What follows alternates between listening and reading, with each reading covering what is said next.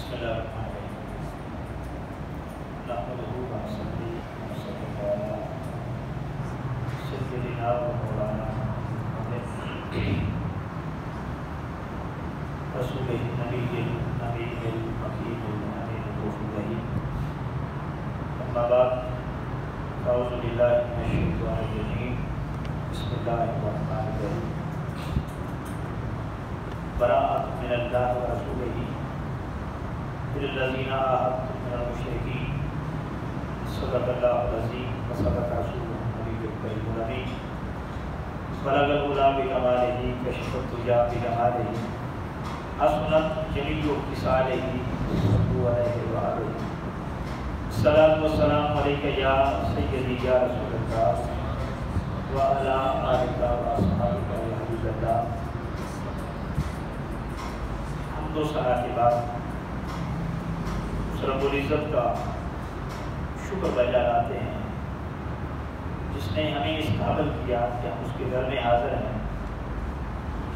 آج جمعہ المبارک کی بابرکت ساعتیں ہمیں میسر ہیں۔ ہماری گفتگو کا سلسلہ درس قرآن پر مشتمل ہے۔ آج سے ہم سورہ توبہ کا آغاز کر رہے ہیں۔ یہ پارہ نمبر 10 میں رکوع نمبر 7 سے شروع ہوتی ہے۔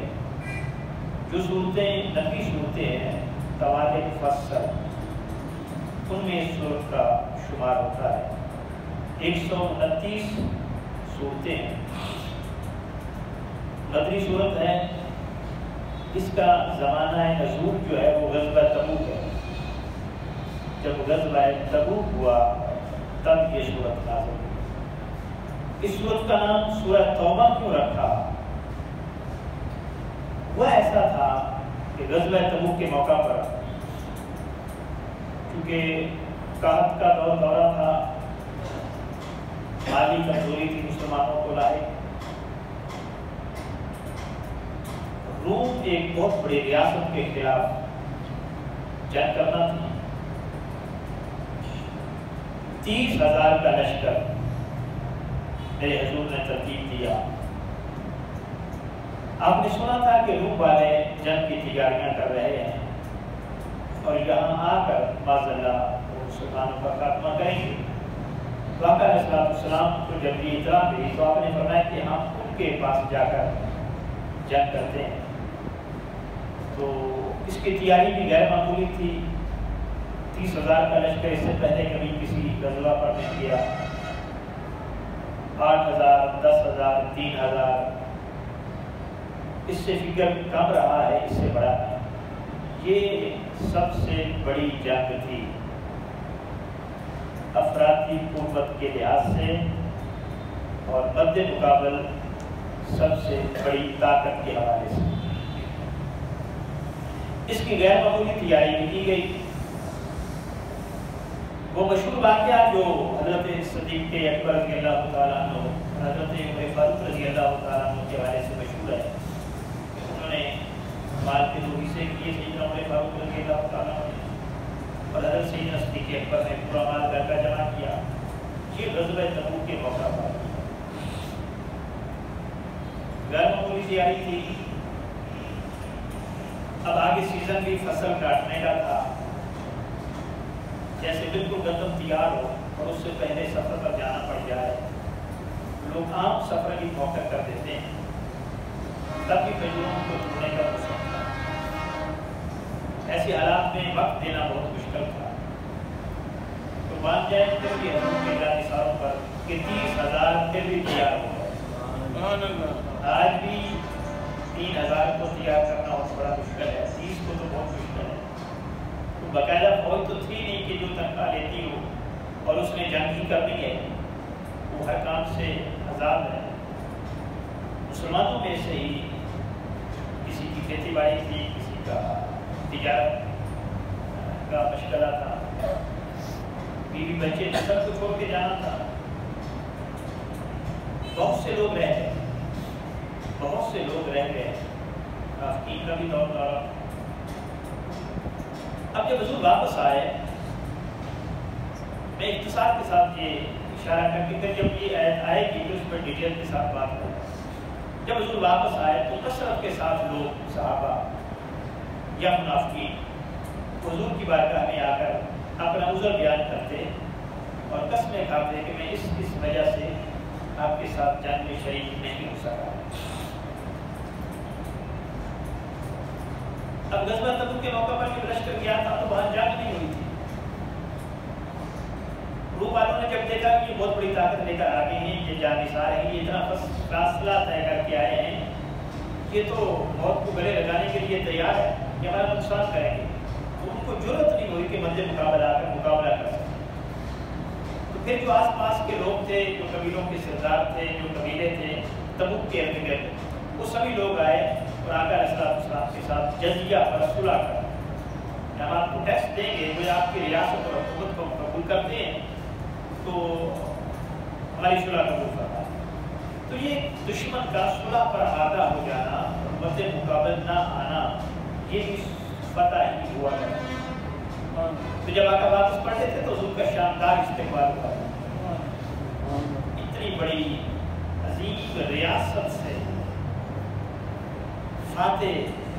ریاست سے فتح حاصل کر کے واپس آ رہے ہیں، اس کو جرأت نہیں ہوئی کہ مقابلہ کر سکتے۔ وہ جو کہتے تھے کہ یہ تو ہم پلک جھپکنے میں ان کا خاتمہ کر دیں گے، یہ تو دیہات کے رہنے والے لوگ ہیں، ان کی کیا ہمارے سامنے اوقات ہے، وہ مقابلے پر بھی نہیں آ سکتے، کوئی جرأت نہیں ہو سکتی۔ اور جو ان کے ارد گرد کا رہتے ہیں انہیں حضور کے ہاتھ پر آ کر صلح کی اور جزیہ دینے پر آمادگی کا اظہار کیا۔ لوگ آتے رہے مسجد نبوی میں، حضور سے بات کرتے رہے، بہانے بناتے رہے، قسمیں کھاتے رہے، حضور ان کو معاف کرتے رہے۔ 3 لوگ ایسے تھے، 3 لوگ جن میں کعب بن مالک ہیں، حلال بن امیہ ہیں اور مرارہ بن ربیعہ۔ یہ جب حضور کے سامنے آئے تو آپ نے ان کو اگنور کر دیا، نہ ان سے وجہ پوچھی، نہ ان سے قسم لی، نہ ان سے عذر پوچھا آپ کیوں نہیں گئے، آپ نے اگنور کر دیا۔ اب حضور کا اگنور کرنا، حضور کا نظر انداز کرنا ان پر کرم ہوا۔ کئی دنوں تک جب وہ الگ رہے، آقا علیہ السلام نے کوئی توجہ نہیں فرمائی، کسی نے کچھ کیا، بدعت کے ساتھ ان کو باندھ لیا، یہ ڈیٹیل آئے گی۔ پھر اس پر اس کے لیے آیات نازل ہوئی، وہ سورۃ توبہ۔ کیا آیات ہیں کہ توبہ قبول ہوئی، پھر یہ جب وہ آئے گی بات ہے انشاءاللہ۔ تو اس صورت میں ان کی توبہ کا ذکر ہے، اللہ کو یہ توبہ بڑی پسند آئی، اور پوری صورت 129 آیتوں پر مشتمل صورت، اس کا نام ہی سورۃ توبہ ہے۔ کئی لوگ توبہ کرتے ہیں، کئی لوگوں کی قبول ہوتی ہے، کئیوں کی رد بھی ہوتی ہے۔ وہ انوکھے تائبین تھے کہ جن کی توبہ اللہ کو بڑی پسند آئی، اور قرآن کی آیات نازل ہوئی، پوری صورت نازل ہو گئی۔ حضور نبی مکرم صلی اللہ علیہ وسلم نے پھر اس کے ساتھ سنا براءۃ من اللہ ورسولہ الی الذین عاہدتم من المشرکین۔ اور اس صورت کا ایک خاصہ یہ ہے کہ افرادیت کہہ رہی ہے کہ صورت سے پہلے بسم اللہ ہے۔ مختلف توجیحات بیان کیے ہیں مفسرین، واضح اشارہ نہیں ملا، واضح دلائل نہیں ملے، احکامات نہیں ملے کہ کیوں اس سے پہلے بسم اللہ نہیں ہے۔ یہ مختلف چیزوں کو لے کر اشارہ قیاس کیا کہ یہ وجوہات ہو سکتی ہیں۔ بعض نے کہا کہ سورہ انفال کا یہ حصہ ہے، پیچھے سے سورہ انفال ہے، اس کا حصہ ہے یہ صورت بھی، تو اس لیے درمیان میں بسم اللہ لانے کی ضرورت نہیں۔ امام رازی نے اس کی توجیہ یہ بیان کی ہے، جو صورتیں آئی ہیں ان پر اللہ نے بسم اللہ نازل کر دی، وہ لکھ دی گئی، اس پر اللہ نے اپنی مرضی سے بسم اللہ نازل نہیں کی، سونے لکھی تھی۔ تو یہ معاملہ وہ کہتے ہیں یہ اللہ اور اس کے رسول کا ہے، اس میں کیا راز ہے، کیا حکمت ہے، کیا توجیہ ہے، ہم اس کو سمجھنے کا اثر ہے۔ ہمارے لیے اتنا ہی کافی ہے، اس پر بحث کرنے کی اجازت نہیں ہے۔ بحث تو وہ کرے جس کو یقین کامل ہو کہ یہ وجہ ہے، ظن ہے، قیاس ہے، کچھ بھی ہو سکتا ہے۔ حقیقی علم اللہ اور اس کے رسول کے پاس ہے، ہمیں یہی کافی ہے امام راضی کی تلقین کہ بس اللہ نے نہیں نازل کی تو نہیں ہوئی، نہیں لکھی، جہاں نازل کی ہے بسم اللہ سورت سے پہلے وہ لکھی گئی. یعنی جبریل امین جب یہ صورت لے کر آئے تو جبریل امین نے اس سے پہلے بسم اللہ نہیں پڑھی. تو آقا علیہ السلام نے اس کو بیان کر دیا. آغاز اس کا یہاں سے ہوتا ہے براءۃ من اللہ و رسولہ الی الذین عاہدتم من المشرکین. اللہ اور اس کے رسول کی طرف سے دستبرداری کا اعلان ہے، بیزاری کا اعلان ہے ان مشرکوں کے لیے جنہوں نے معاہدہ امن کا کیا تھا پھر اس معاہدے کو توڑ دیا. امن کا معاہدہ کر کے پھر اس معاہدے کو توڑنے کی بنا پر مشرکین سے بیزاری کا اعلان. یہ اللہ تعالیٰ چاہتا ہے کہ ہم ان کے ساتھ کوئی دوبارہ معاہدہ نہ کیا جائے، بلکہ الٹیمیٹم دے دیا. اللہ جل وعلا نے اگلی آیت میں الٹیمیٹم دے دیا کہ فسیحوا فی الارض اربعۃ اشہر، کہ تمہیں 4 مہینے کا ٹائم دیتے ہیں. جنہوں نے معاہدہ توڑا تھا اللہ جل وعلا تو فرماتے ہیں کہ ہم تمہیں 4 مہینوں کا ٹائم دیتے ہیں. فسیحوا فی الارض، اللہ کی زمین میں تب تک چلتے پھرتے رہو، جو کام کاج کرتے ہو کرتے رہو. یہ 4 مہینے کا ٹائم ہے.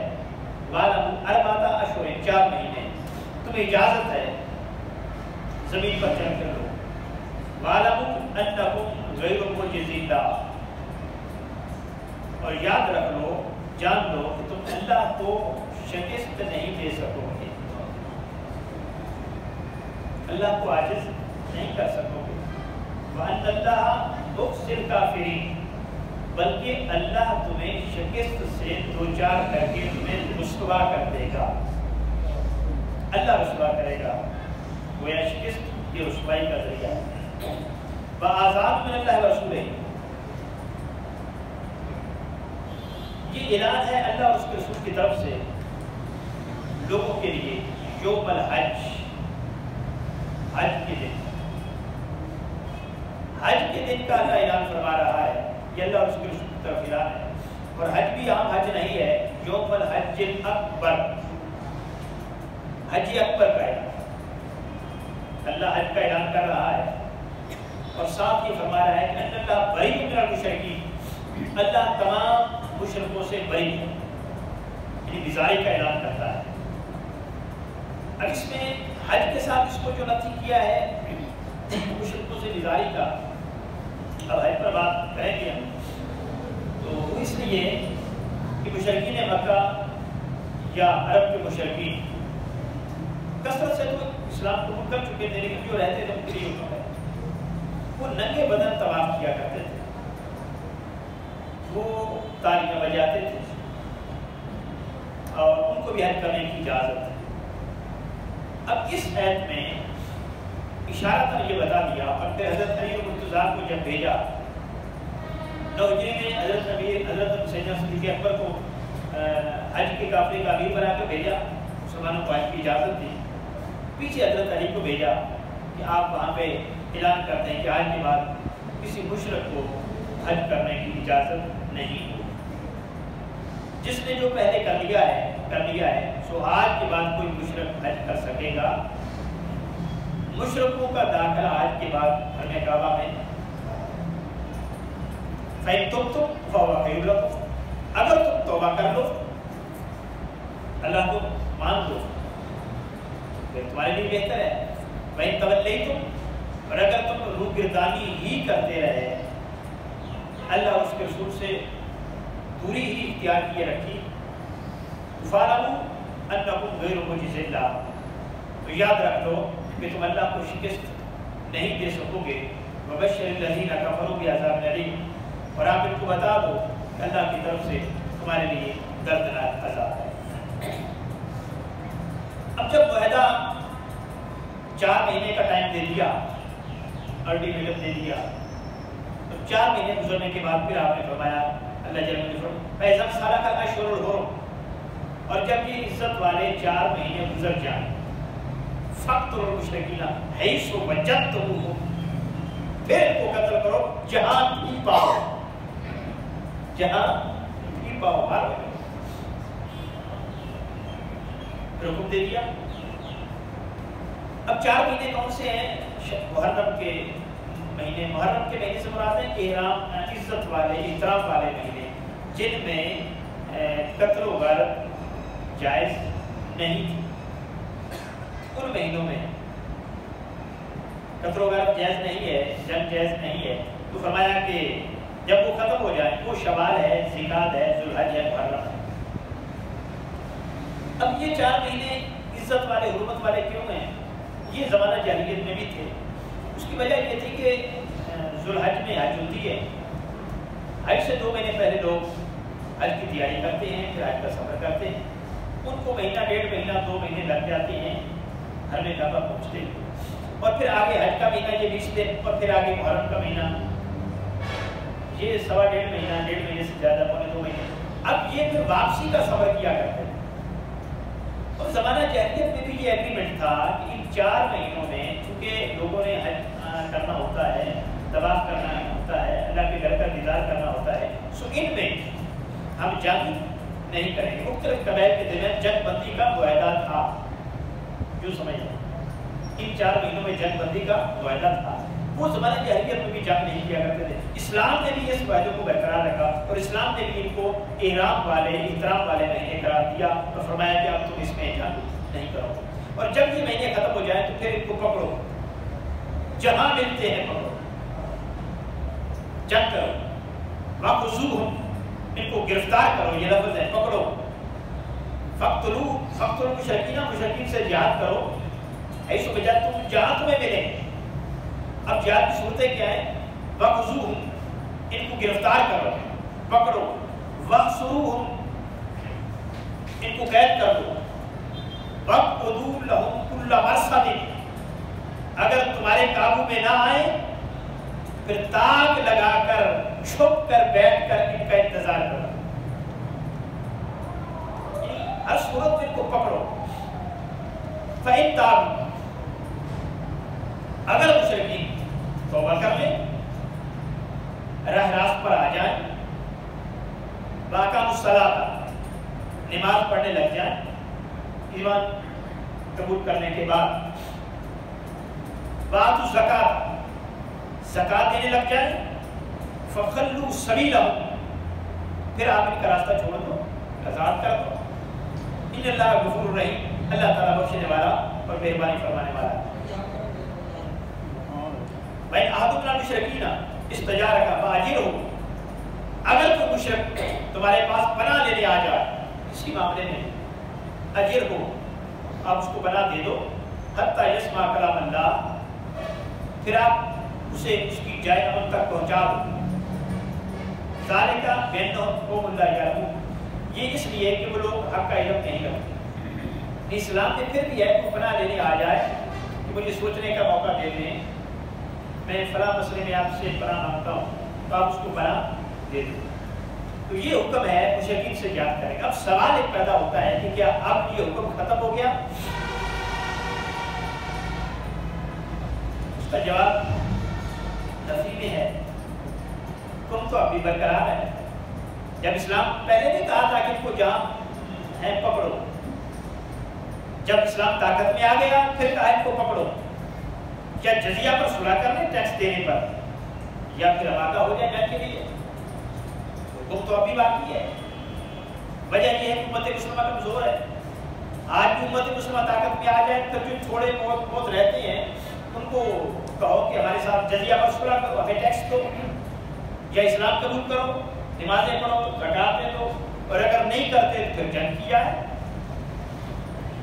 لیکن آج پرابلم یہ ہے کہ ہم تو خود چھپتے پھرتے ہیں کہ ہم جنگ سے بچ جائیں، ہم نے ان کا مقابلہ کیا کرنا ہے۔ اس کی ریزن یہ ہے کہ ہمارے اندر اختلافات ہیں، ہمارے اندر انتشار ہے، ورنہ امت مسلمہ اپنی تھوڑی نہیں طاقت، 1.5 ارب سے زیادہ مسلمان ہیں، اپنی معمولی نہیں۔ اب بھی یہ متحد ہو جائیں، متفق ہو جائیں تو اب ان کا مقابلہ کیا جا سکتا ہے۔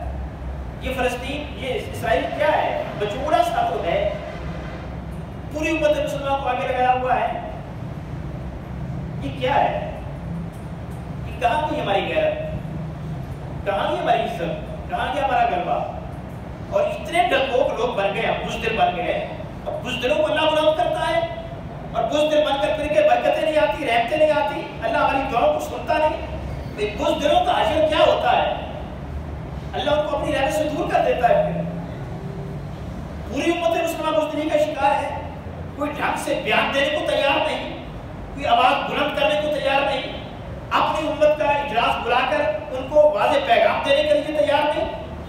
بلایا تھا، یہی کہا تھا جنگ بندی کرو، بھئی اگلا جملہ کیوں نہیں بولا؟ ویسے کا اجلاس ہوا، انہوں نے مطالبہ کیا کہ جنگ بندی کی جائے، مطالبوں سے بات پوری ہو جاتی ہے. بھئی اگلا جملہ بھی بولتے کہ اتنی دیر تمہیں دیتے ہیں، اگر تم نے جنگ بندی نہ کی تو پھر ہم اکٹھے ہو کر تم پر چڑھ دوڑیں گے. یہ جملہ بولتے ہوئے موت آتی تھی. ضرورت اس جملے کی تھی، مطالبہ تو گھر بیٹھ کر بھی آپ کر سکتے تھے. تو گویا وہ اجلاس کی رائے گاہ گیا ہے، اس کا کوئی فائدہ ہوا نہ، ہونا تھا نہ ہوا، نہ وہ چاہتے ہیں کہ فائدہ ہو. ان کے اندر کھاتے براس ان کے ساتھ، جو تو ان کے ساتھ ان کے تعلقات ہیں، دیرینہ تعلقات ہیں، وہ مفاد ہے ان کا، وہ کیا ہے وہ جانتے ہیں، ہمیں بھی پتا سارا. تو یہ ہماری کمزوری ہے. ہم اپنی ڈیڑھ گھنٹے کی مسجد بچانے کے چکر میں ہے. امت مسلمہ کی غیرت جاتی ہے تو چلی جائے جہنم میں، ہمیں اس سے کوئی پرواہ. ایک بات یہ بات ہو گئی. اب یاد ایک بات ہوئی، آزان من اللہ رسول ہے، میں اس پر چند منٹ گفتگو کروں کہ اللہ کی طرف سے اعلان کیا گیا، اللہ اور اس کے رسول کی طرف سے یوم الحج، حج کا، اور یوم الحج اکبر، حج اکبر کا اعلان کیا گیا. حج اکبر کا اعلان کیا گیا. حج فرض ہو گئی. 8 ہجری میں 9 ہجری میں پہلا حج ہوا، 10 ہجری میں حضور نے حج کیا. میرے حضور نے زندگی میں ایک ہی حج کیا ہے زندگی میں، اور ہم حج پہ حج، حج پہ حج، الحاج کا لقب لگوانے کے چکر میں پڑے رہتے ہیں. اب سوال یہ ہے کہ ہم حج کیوں زیادہ کرتے ہیں، حضور نے کیوں کم کیا؟ حضور بھی 2 تو کر سکتے تھے، فرضیت کے بعد 2 تو آئے ہیں نا، 2 تو کر سکتے تھے. حضور نے اپنی دینی، تبلیغی، جہادی مصروفیات کے باعث حج نہیں، کیونکہ آج کل وہ دینی ضرورت نہیں رہی، پھر تبلیغی ضرورت نہیں رہی، پھر جہادی ضرورت نہیں رہی. اس لیے پھر ہمارے پاس ٹائم ہے، ہم جب چاہے حج کر اور ہم کرتے رہتے ہیں. ایک مسئلہ پوچھا گیا کہ جی ایک حج کسی نے کر لیا، دوسرا حج کو کرے تو کیا ضروری اس پر حج کرنا؟ اس حوالے سے کہ مسئلہ یہی ہے کہ حج کر سکتا ہے، اس کو اجازت ہے، لیکن اگر اس کے آس پاس اس کا عیش و اقارب غریب ہیں، یتیم ہیں، مسکین ہیں، ان کے اخراجات یا ان کو اب کرنے کے لیے اس کے پاس پیسے الگ سے ہیں، پھر تو ان کو دے کر پھر حج کر سکتا ہے. لیکن اگر یہی پیسے ہیں یا ان کو دے دیں یا حج کر دیں، اس حوالے سے شریعت کا مسئلہ یہ ہے کہ پھر حج تو ایک بھی کافی ہے، اب دوبارہ حج فرض تم پر نہیں ہے. اب یہ نفلی حج ہوگا تو ادھر فرض ہے، غریبوں، یتیموں، مسکینوں کی مدد کرنا یہ فرض ہے، تو اب آپ نفلی حج چھوڑ دیں، اس فرض کو پورا کریں. اس فرض کو یہی حکم عمرے کے حوالے سے ہے. مسئلہ یہی ہے کہ آس پاس پہلے سب سے زیادہ حق رکھتے ہیں آپ کے رشتہ دار، پھر اس کے بعد حق رکھتے ہیں پڑوسی، پھر اس کے بعد حق رکھتے ہیں جو آس پاس دور کے غریب، مسکین، یتیم ہیں، ان کی مدد کریں جو آپ کا دائرہ کار ہے. پورے یتیموں کا تو پھر آپ نہیں نہ کر سکتے، جو آپ کا دائرہ کار ہے تو اس کو آپ کوشش کریں کرنے کی. پھر اس کے بعد پیسے بچتے ہیں تو آپ پورا کر سکتے ہیں، حج کر سکتے ہیں، ممانعت نہیں ہے. یہاں پہ فرمایا حج اکبر، حج اکبر کا. حج کی اہمیت اور فضیلت یہ ہے، میرے رسول نے فرمایا جو حج کرتا ہے اللہ اس کو گناہوں سے اس طرح پاک کر دیتا ہے جیسے ماں کے پیٹ سے بھی پیدا ہوا ہے. حج فرض ہے. جس کے پاس مالی استطاعت ہے کہ حج کرے اور وہ حج نہ کرے، وہ اللہ کی بارگاہ میں مجرم کی حیثیت سے کھڑا ہو. یہ فرض ہے، حج، روزہ، نماز فرض ہے. اگر نہیں پورا کرے گا تو پوچھا جائے گا. کئی لوگ ہیں جن کو اللہ نے توفیق بھی دی ہے لیکن وہ 3-4 لاکھ 5 لاکھ خرچ کرنے کے لیے تیار نہیں ہے، تو پکڑ ہوگی اس پر. یہ گناہ کبیرہ کا ارتکاب کرنا ہے، حج کا انکار کر کے یہ حج کو چھوڑنا. گناہ کبیرہ جو الگ ہے، جھوٹ بولنا، زنا کرنا، بدکاری وہ الگ ہے، لیکن یہ بھی گناہ کبیرہ ہی ہے. نماز نہ پڑھنا گناہ کبیرہ ہے، حج نہ کرنا گناہ کبیرہ ہے، روزہ نہ رکھنا گناہ